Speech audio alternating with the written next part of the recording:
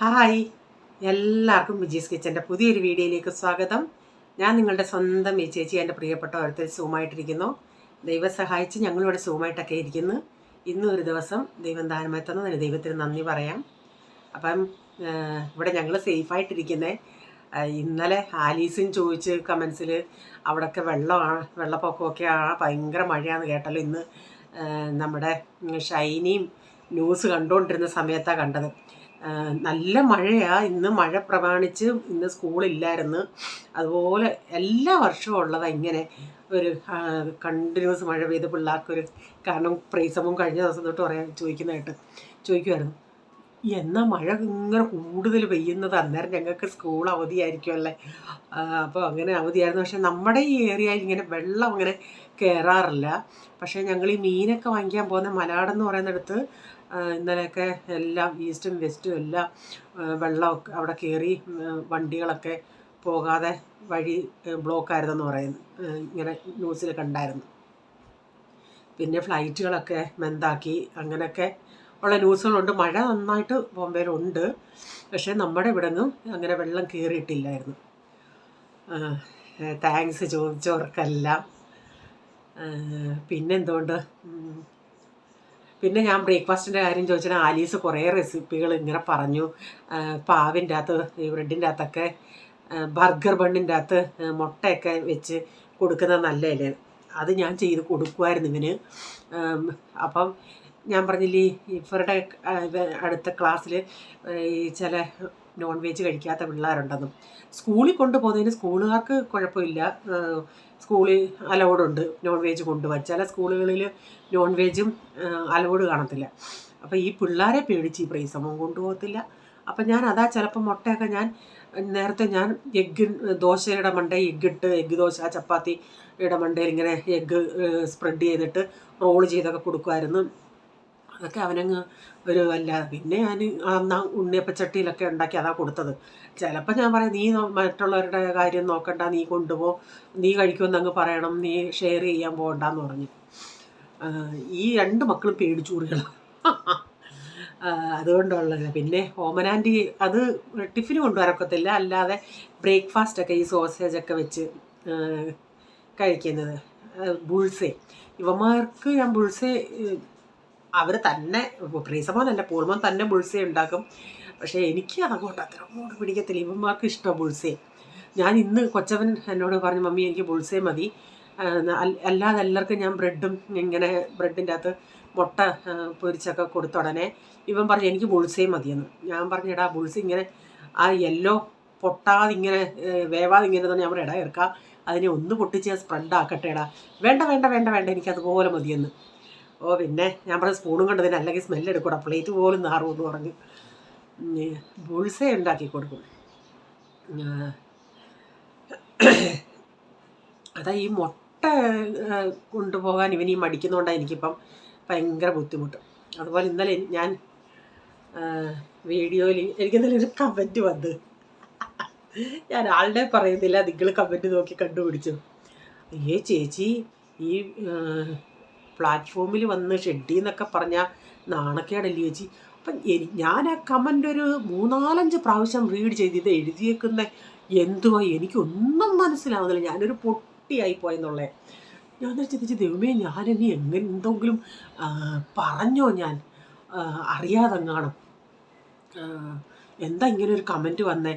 ഞാൻ എന്നിട്ട് ഇരുന്ന് ചിന്തിച്ചിട്ട് ഞാൻ പോയി എൻ്റെ വീഡിയോ ഞാൻ പോയി കണ്ടോണ്ട് എന്തുവാ, ഞാൻ ഇല്ല ഡോക്ടർ ഷെട്ടിയുടെ കാര്യം പറഞ്ഞില്ലേ, അതിന് പറഞ്ഞ കളിയാക്കിയതാ.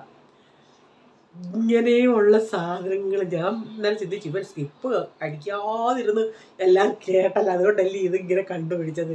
ചേച്ചി ഷെഡി എന്നൊക്കെ വന്ന് പ്ലാറ്റ്ഫോമിൽ പറയുന്നത് നാടക്കേടല്ലയോ എന്ന്. എന്തോ ചെയ്യാനാന്ന് പറയണേ. പിന്നെ പ്രത്യേകിച്ചൊന്നുമില്ല. ഇന്ന് ഒരു കുഞ്ഞു വീഡിയോയൊക്കെ വ്യൂസൊക്കെ കുറഞ്ഞു വരുമോ എന്തോ ചെയ്യാനാ. ചിലർക്ക് കുക്കിംഗ് ഇഷ്ടമാണ്, ചിലർക്ക് സംസാരം ഇഷ്ടമാണ്, ചിലർക്ക് ടിപ്സുകൾ ഇഷ്ടമാണ്, ബ്യൂട്ടി ടിപ്സുകൾ ഇഷ്ടമാണ്. അങ്ങനെ പല ഇത് കാണുക, എല്ലാവരും കാണുക. ഇതൊക്കെയല്ല നമുക്ക് പറയാൻ പറ്റത്തുള്ളൂ. അപ്പോൾ പിന്നെ ഞാൻ എന്തോ ഒന്ന് ഓർത്തായിരുന്നു. പിന്നെ ഞാൻ എഡിറ്റ് ചെയ്യുമ്പോഴായിരിക്കും ഇനി ഓർക്കുന്നത്. ഇന്നങ്ങ് നേരത്തെ കുളി കഴിഞ്ഞു. കാരണം രാത്രിയിൽ ഞാൻ എത്ര ആണെങ്കിലും ഇന്നലെയും മഴ പെയ്തുകൊണ്ടിരിക്കുക. ഞാനൊരു 11 മണിയായപ്പം, കാരണം എനിക്ക് അത്രയ്ക്കങ്ങ് ചൂടുണ്ട് കേട്ടോ. മഴയാന്നേലും അടുക്കളയിൽ നിന്ന് ജോലി ചെയ്തിട്ട് വരുമ്പോഴത്തേനും എന്നെ വിയർത്ത് കുളിക്കും. പിന്നെ 11 മണി കഴിഞ്ഞാൽ കുളിക്കാൻ പോയണേ ചൂടുവെള്ളത്തില്ല, എനിക്ക് പച്ചവെള്ളത്തിൽ കുളിക്കുന്നത് ഇഷ്ടം. വെള്ളം അങ്ങോട്ട് ഐസ് വെള്ളം പോലെ. ഇന്നാളില്ല അജിതേച്ചി പറഞ്ഞതുപോലെ ഹാന്നൊരു വിളിക്കും നമ്മൾ തണുത്ത വെള്ളം ദേഹത്ത് വീഴുമ്പോൾ. ആ തണുത്ത വെള്ളത്തിൽ കുളിച്ചിട്ട് കൂടി നല്ല സുഖമായിരുന്നു. പണ്ട് മഴ പെയ്യുമ്പോൾ ഞങ്ങൾ ഇങ്ങനെ പറയുമായിരുന്നു, ഈ ദേഹത്ത് ഈ ചൂടൂര് വരുന്നുണ്ടെങ്കിൽ മഴവെള്ളത്തിൽ കുളിച്ചാൽ അത് മാറുമെന്ന്. ഞങ്ങളിങ്ങനെ മഴ പെയ്യുമ്പോൾ അന്നൊന്നും നമുക്കങ്ങനെ മഴ നനഞ്ഞാലൊന്നും അങ്ങനെ മഴവെള്ളത്തിൽ കുളിച്ചാലൊന്നും പനി വരത്തില്ലായിരുന്നു. പക്ഷേ ഇവിടെ ഉള്ള നമ്മുടെ കുഞ്ഞുങ്ങൾക്ക് ഒരു ഇച്ചിരി മഴ നനഞ്ഞ ഉടനെ പനിയായിരിക്കും. അങ്ങനെ ഞങ്ങളിങ്ങനെ തൂമ്പെന്ന് പറയും നമ്മൾ, ഈ ഇങ്ങനെ മേളീന്ന് വെള്ളം വരുന്ന ഉടനെ. ഞങ്ങൾക്കന്ന് പണ്ട് ഓടായിരുന്നു, ഓട്. അപ്പോൾ ആ ഓടിൻ്റെ അതിൽ ഇങ്ങനെ തൂമ്പിക്കൂടെ വെള്ളം വരുമ്പോൾ അവിടെ നിന്ന് കുളിക്കും. നല്ല രസമായിരുന്നു പണ്ടത്തെ. ചിലപ്പം ഇന്നലെ ഉണ്ടല്ലേ ഫ്രീസം പോയി ഇവിടെ ഇങ്ങനെ കിടന്നിട്ട് കാലെടുത്ത് അവൻ ഇവിടെ വെച്ച് എന്നിട്ട് എൻ്റെ അടുത്ത് ചോദിക്കുമോ, ഞാൻ നേരം അവനെ വഴക്ക് പറഞ്ഞു. അപ്പോൾ എൻ്റെ അടുത്ത് അവൻ ചോദിക്കും, മമ്മിയൊക്കെ കുഞ്ഞിലെ ഇതെങ്ങനെയൊക്കെ ചെയ്തിട്ടുണ്ടോ? ഞാനെന്നേരം മനസ്സിൽ ചിന്തിച്ച ദൈവമേ, ഇതിൻ്റെ അപ്പുറത്ത് നമ്മൾ ചെയ്തിട്ടുണ്ട്. പറയാൻ പറ്റുമോ? കാരണം അവരോരോന്ന് ചെയ്യുമ്പോൾ നമ്മൾ എടാ അങ്ങനെ ചെയ്യലടാ എന്ന് പറയത്തില്ലേ. നമ്മൾ ഈ കട്ടിലേ കിടന്നിട്ട് തല ഉച്ചു കുത്തി കാരണം മറിയുമായിരുന്നു. അതൊന്നും ഇവർ ചെയ്തിട്ടില്ല. അല്ലാത്ത ഈ പരിപാടികളൊക്കെ ചെയ്തിട്ടുണ്ടെങ്കിൽ ചോദിച്ചാൽ ഞാൻ മനസ്സിൽ ചിരിക്കുമായിരുന്നു. ദൈവമേ, നമ്മളൊക്കെ എന്തൊക്കെ ചെയ്തിട്ടുണ്ട്. എന്നിട്ട് ഇവരെ എന്തെങ്കിലും ചെയ്യുന്നുണ്ട്, എടാ ചെയ്യലെന്ന് പറയും. ഓക്കെ, ഇനി കൂടുതൽ ബഡ് പറയുന്നില്ല കേട്ടോ. ഓക്കെ, എൻ്റെ കണ്ണിൻ്റെ ആണോ എൻ്റെ ക്യാമറ ക്ലാരിറ്റി കുറഞ്ഞു, മൊബൈലൊക്കെ പോയി. ഇനി മൊബൈലൊക്കെ എടുക്കണം. ഓക്കെ, അപ്പോൾ രാവിലത്തെ ബ്രേക്ക്ഫാസ്റ്റിൻ്റെ പരിപാടി. ഇപ്പോൾ ഈ മാവൊക്കെ അരച്ച് വെച്ചാൽ ദോശ ഇഡലി ആണെങ്കിൽ നമുക്കൊരു ടെൻഷനും വേണ്ട, അങ്ങ് രാവിലെ അങ്ങ് ഉണ്ടാക്കിയാൽ മതി. അപ്പോൾ ഈ എന്നും ഇങ്ങനെ മിക്ക ദിവസവും ദോശ ഇഡലിയൊക്കെ ആകുമ്പോൾ ഇവർക്കും അങ്ങൊരു മുഷിച്ചിൽ. അപ്പോൾ ഞാൻ ഇന്നിപ്പോൾ ഉണ്ടാക്കുന്ന ബ്രേക്ക്ഫാസ്റ്റൊക്കെ ഇവർക്ക് ഭയങ്കര ഇഷ്ടമാണ്. എന്നും അങ്ങനെയുള്ളതൊക്കെ ഉണ്ടാക്കി കൊടുത്താൽ അവർക്കൊരു കുഴപ്പമില്ല. അപ്പോൾ ഞാൻ ഇന്ന് ചെയ്യുന്നത് ഈ സവാളൊക്കെ, ഇപ്പം നിങ്ങൾക്ക് സവാള, ക്യാരറ്റ്, ക്യാപ്സിക്കം, കാബേജ് ഇതൊക്കെ അരിഞ്ഞ് ചേർക്കാം ഇതിൻ്റെ അകത്ത്. അപ്പോൾ എൻ്റെ കയ്യിൽ ക്യാരറ്റ് അവന്മാർക്ക് വേണ്ടെന്ന് പറഞ്ഞാൽ, എന്നാലും ഞാൻ ഇല്ലായിരുന്നു എൻ്റെ കയ്യിൽ. സത്യം പറഞ്ഞാൽ ഉണ്ടായിരുന്നെങ്കിൽ ഞാൻ അവന്മാർ പറഞ്ഞാലും ഞാൻ ചെറുതായിട്ട് അരിഞ്ഞ് ചേർക്കും. ഇങ്ങനെയൊക്കെ അങ്ങ് ആവുമ്പം ക്യാരറ്റൊക്കെ ഇച്ചിരി ഹാഫ് കുക്ക് ആവുന്നുണ്ടേ അത്രയും അവർക്ക് ഒരു വെറുപ്പ് തോന്നത്തില്ല. കാരണം അതുപോലെ ചെറുതായിട്ടാണ് ഞാൻ ചോപ്പറിലിട്ട് ചോപ്പ് ചെയ്യും, അല്ലെങ്കിൽ കുഞ്ഞു പൊടിയായിട്ട് അരിഞ്ഞെടുക്കും. അപ്പോൾ എൻ്റെ കയ്യിൽ സവാള മാത്രമേ ഉള്ളായിരുന്നു. അപ്പം ഞാൻ അതിലേക്ക് ഇത്തിരി ടൊമാറ്റോ സോസ്, ഇച്ചിരി മയോണൈസ് കൂടെ ഒന്ന് മിക്സ് ചെയ്യുന്നുണ്ടേ. അപ്പോൾ എൻ്റെ കൈ ഒന്ന് ഈ ദിവസമായിരുന്നു. ഇപ്പോൾ ഈ വീഡിയോ ഞാനൊന്ന് എടുക്കാതെ ഇത്തിരി എനിക്ക് കുറേ കട്ടിങ് ഉണ്ടായിരുന്നു. അതുകൊണ്ട് വീഡിയോ കട്ട് ചെയ്ത് വന്നിട്ടുണ്ടെങ്കിൽ അത് ഒത്തിരി ഫോൾട്ടുകളുണ്ടായിരുന്നു. അതെനിക്ക് വീഡിയോ ചെറുതായിട്ട് വന്നു. ദാണ്ട് ഇതിൻ്റെ പോലെ അങ്ങ് സ്റ്റക്കൊക്കെ ആവും. അങ്ങനെ കുറേ ഞാൻ കട്ട് ചെയ്ത് മൊത്തം ഇങ്ങനെ കട്ട് ചെയ്ത് എനിക്ക് എഡിറ്റ് ചെയ്യുന്ന സമയത്താണ് ഇത് മനസ്സിലാവുന്നത് ഇങ്ങനെയൊക്കെ ഇതിന് പ്രോബ്ലം ഉണ്ടെന്ന്. ഞാൻ വീഡിയോ എടുക്കുന്ന സമയത്ത് നമുക്ക് മനസ്സിലാവത്തേ ഇല്ല. അപ്പോൾ അന്നായിരുന്നു എൻ്റെ കൈ മുറിഞ്ഞത്. ഞാൻ കുറച്ച് നേരം അവിടെ പിച്ചാത്തി മാറ്റി വിട്ടിട്ട് നിങ്ങൾ ശ്രദ്ധിച്ചോ? അതായിരുന്നു കൈ അങ്ങനെ മുറിഞ്ഞ്. ഈ പോൾമോ വന്ന് പറയും, മമ്മി ഞാൻ ചെറുതായിട്ട് സവാള അരിഞ്ഞ് തരാമെന്ന്. അപ്പോൾ അവൻ വന്നോണേ നമ്മൾ വേണ്ടാണെന്ന് പറഞ്ഞാൽ അവൻ പിടിക്കാൻ വന്നോണേ ഞാൻ ഇങ്ങനെ ചെയ്തപ്പോഴായിരുന്നു എൻ്റെ കൈ. ഇപ്പോൾ കുഴപ്പമൊന്നുമില്ല കേട്ടോ. അപ്പം കണ്ടില്ല ഇതെന്തൊരു ഞാൻ എന്നിട്ട് ഇതിൻ്റെ അകത്ത് കുറേ വീഡിയോ ഞാൻ കട്ട് ചെയ്ത് ഇങ്ങനെ ഈ സ്റ്റക്കായിട്ടുള്ളത്. ഇത് പിന്നെ ഞാൻ കട്ട് ചെയ്താൽ പിന്നെ ഇനി വീഡിയോ ഇല്ലെന്നും പറഞ്ഞ് ഇതങ്ങ് ചേർത്തതാണ്. അപ്പോൾ ഞാൻ ബ്രെഡിലേക്ക് ഇങ്ങനെ നമ്മളിപ്പോൾ ചെയ്ത് വെച്ച് അതൊന്ന് ഫില്ല് ചെയ്ത് എടുക്കുന്നുണ്ട്. എന്നിട്ട് ഇങ്ങനെ വെച്ചിട്ട് നിങ്ങളുടെ കയ്യിൽ ടോസ്റ്റർ ഉണ്ടെങ്കിൽ അങ്ങനെ ചെയ്യാം. എൻ്റെ കയ്യിൽ ഇപ്പം ഗ്യാസിൻ്റെ മുകളിൽ വെക്കുന്ന ടോസ്റ്ററുള്ള അതിൻ്റെ അകത്ത് ഇങ്ങനെ വെച്ചിട്ടെടുക്കും. ഇതൊക്കെ ഇവന്മാർക്ക് ഭയങ്കര ഇഷ്ടമാണ്. കൊച്ചത് ഞാൻ ഉണ്ടാക്കുന്നതിന് മുമ്പേ മമ്മി റെഡിയായോ എന്നും പറഞ്ഞു വന്നു. അപ്പോൾ അവനും വിശപ്പൊന്നും ഇല്ലാഞ്ഞിട്ടല്ല രാവിലെ, അല്ലെങ്കിൽ അവന് ഞാൻ രാവിലെ കുടിക്കാൻ കൊടുത്തു കഴിഞ്ഞ് പറയും എൻ്റെ വയറങ്ങ് ഫുള്ളായി. കാരണം അവന് ഇഷ്ടമുള്ളതാണെങ്കിൽ അവനിങ്ങനെ വന്ന് ചോദിച്ചിരിക്കും. ഇന്നിപ്പോൾ അവൻ കുടിച്ചിട്ടും അവന് വേണമെന്ന് പറഞ്ഞു. പിന്നെ ഇത് ഗ്യാസേ വെക്കുന്നുണ്ടെങ്കിൽ നമ്മളെപ്പോഴും ശ്രദ്ധിച്ച് അടുത്ത് നിന്നോണം. ഇച്ചിരി തീ ഇട്ടങ്ങാണം ആയാൽ അത് പെട്ടെന്ന് അങ്ങ് കരിയും. അതുകൊണ്ട് തീ കുറച്ചിട്ട് അവിടെ അടുത്ത് തന്നെ നിന്നുണ്ടാക്കണം. പെട്ടെന്ന് റെഡിയാവും. എല്ലാം ഫില്ല് ചെയ്ത് വെച്ചാൽ മതി.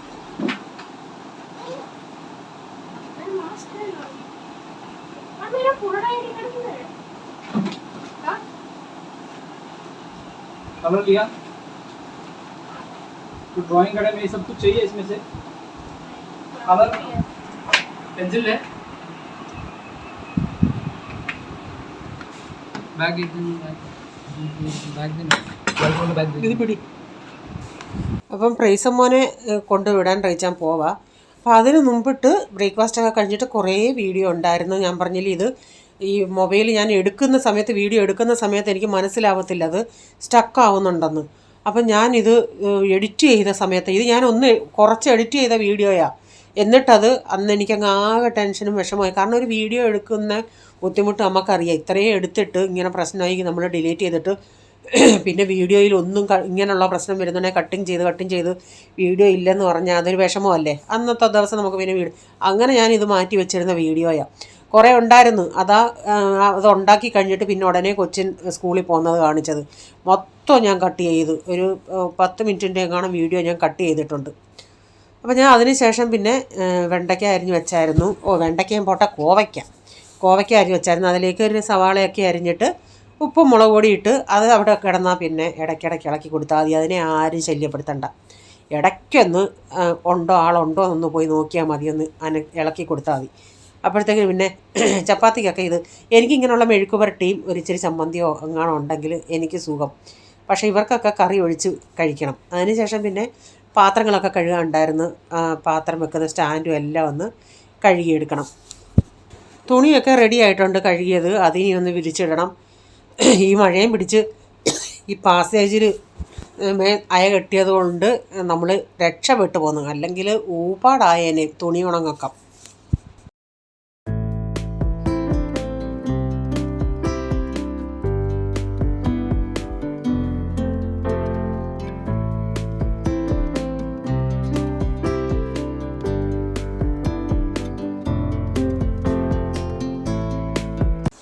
അപ്പോൾ നമ്മുടെ കോവയ്ക്കൊക്കെ നന്നായിട്ട് വഴന്ന് വന്ന് ഞാനിപ്പോൾ തീയൊക്കെ ഓഫാക്കി അവിടെ ഇട്ടിട്ടുണ്ട്.